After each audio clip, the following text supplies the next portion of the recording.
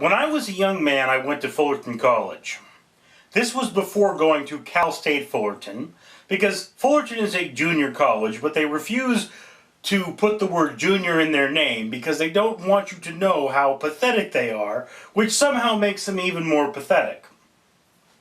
And I had a professor by the name of Steve Pliska, who I swore was a zombie, because he was probably older than dirt itself, and it wasn't gray in his hair, it was literally dust.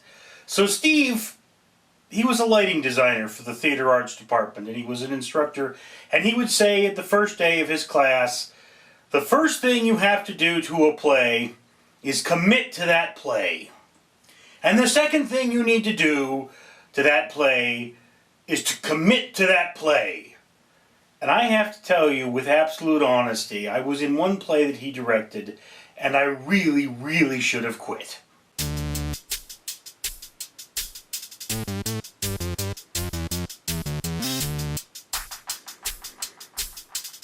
Right, ladies and gentlemen, I am fat, I am naked, and I am not doing a typical naked vlog. Ironically, it is another creator by the name of ThatJaymsWisdom, not Trisha Hirschberger, who chose this topic. And because James is a creator who I have a certain degree of respect for, and I want to help support his channel, I have decided that I am going to make a vlog,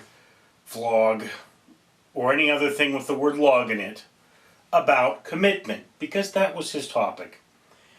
And the truth about commitment that I have to put out is that it is not always a good thing. For instance, as I was speaking, I committed to a theater major at one point. And the thing about theater majors is they're never in any hurry for you to graduate. They just want you to keep taking classes because it increases their pension. Having a long-term relationship with actors is a good thing for them. And I remember the first play I was in on the college level. Mind you, something you need to understand about college and the undergrad. College and the undergrad is a step up for a lot of things. Mathematics, history. There's no such thing as anthropology before college, so far as I'm aware, at least not in America. But in theater arts, the interesting thing is it is a step down. It is a step down in that in high school, you didn't have to pay to be in the plays. You had to maybe find your own costumes. Sometimes they were provided and sometimes not. They provided me with makeup in my my high school theater arts department.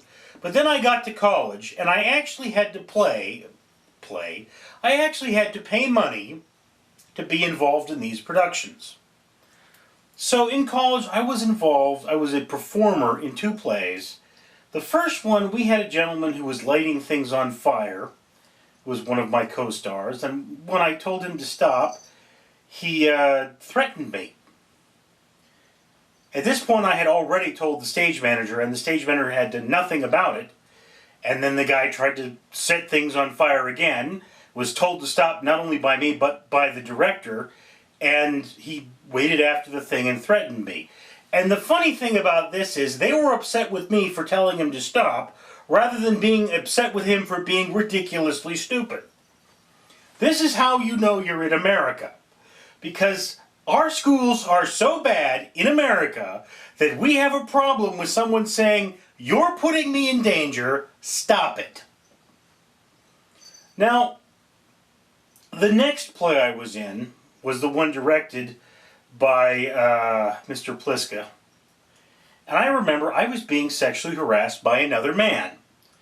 And to put it to you mildly, I should never have, I probably should have reported sexual harassment, except for when it got to the point where this fellow was so intent on harassing me, he tried to kiss me. I put my arm up to stop him. He wrapped his arms around my shoulders and tried to force our lips together, only stopping when he realized he couldn't overpower me. Now, I tell you what I should have done is I should have gotten up, walked out of that theater, and said, "Look, I'm sorry. I've had 2 bad experiences with you. Obviously the people in your department are so unprofessional it's not worth it." And then if they had maybe expelled this person for being, at this point it would be considered assault. Well, no. State of California, physical contact is considered battery. So this man had broken the law. Now, of course, I didn't report this because if I had, I would have been labeled a homophobe, and because people in America are too stupid to know what phobia is, and that phobia is by its nature involuntary, it was not worth it to me. But yet, I graduated from this junior college, and then I went on to a 4-year university, which was Cal State Fullerton. And I had some of the most horrific experiences of my life. But I was committed to theater arts. And I tell you what happened there is I got within 12 units of graduating with a degree in theater arts and was so disgusted with the department that I said, no, I'm not going to give you guys another red cent. This is one situation where commitment isn't worth anything, because you know what, had I gotten the theater arts degree, I realized that I went for technical theater, not acting, mind you. And in the 4 years I was at Cal State Fullerton as a part-time student, I never even got to run a lighting board. And they said, well, you know, it's really easy. You don't have to think about it. It's just press that button when they say press that button. The problem with that, of course, is that if you've never done it, you can't go out there and say, yes, I did it in college. Because they're not going to sit down with you and say, yeah, well, this is how you run our lighting board. They're not going to give you 25 minutes to figure out what you're doing. They're going to expect you to walk in there and know. Paying jobs working on theater are hard enough to come by. Going through 4 years of education at a university and realizing you know nothing is almost as painful as going through, I don't know how long I was a part-time student at the junior college, but going through all that crap and realizing that they never bothered to teach you anything. Education was not sort of the goal. I'm sorry, this is America, we don't learn things.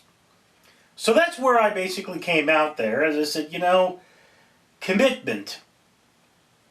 Don't commit to something stupid. Now, James, if you do watch this, and I will do my best to get it to you, I don't know if you have your email address set up. That was a problem in the past, but you are not as committed as you'd like to be to your doctorate, which I totally understand, because doctorates can be pretty freaking scary. You know, you're going in there, at least in America, what you do is you go through all your classes, and when you're done with your classes, you have to face essentially an interrogation where, you know, you sit there and they ask you random questions about all the things you're supposed to know. And they try to stump you. And, you know, the irony there, of course, is that being a doctorate doesn't really mean a lot over here. In fact, people are joking that the way our society is going, in another 20 years, you're going to need a PhD to sweep the floor at McDonald's. But that's beside the point. So, but I have to ask here, James, maybe, is it possible that your commitment comes from the fact that you don't know what really happens after your PhD? I mean, are you guaranteed a job?